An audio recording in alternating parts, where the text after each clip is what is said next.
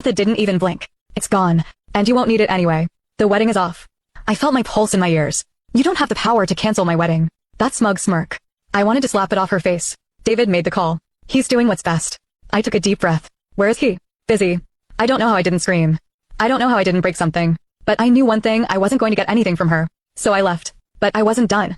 Not even close. If Martha had pulled something like this, there was no way she had just canceled the wedding. She had done something worse. I had a horrible feeling in my gut and I needed answers. So I drove to the venue.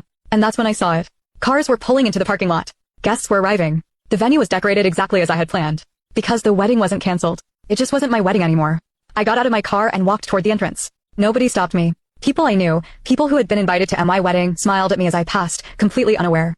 I made it to the doors and stepped inside. And there she was. Rachel. In a wedding dress.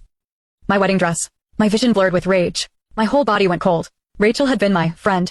She had always been close with David. I had ignored the little comments, the playful touches, the way she looked at him when she thought I wasn't paying attention.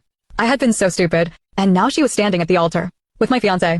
In my dress. At my wedding. Like I never even existed. The betrayal was suffocating. It choked me, crushed my chest, made me feel like I was sinking into the floor. David stood there, looking calm, relaxed, like this wasn't the most disgusting, humiliating, psychotic thing he had ever done. And that's when it all clicked. This wasn't last minute. This wasn't impulsive. This was planned. David had let me spend months planning this wedding. He let me send out invites. He let me spend thousands of dollars.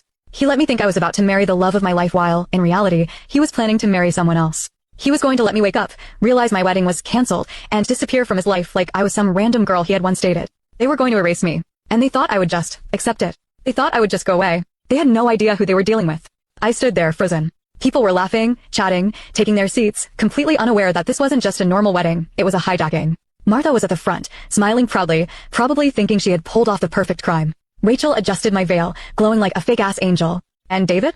David wasn't nervous. He wasn't guilty. He wasn't looking around for me, wondering where I was. Because he knew. Because he was in on it.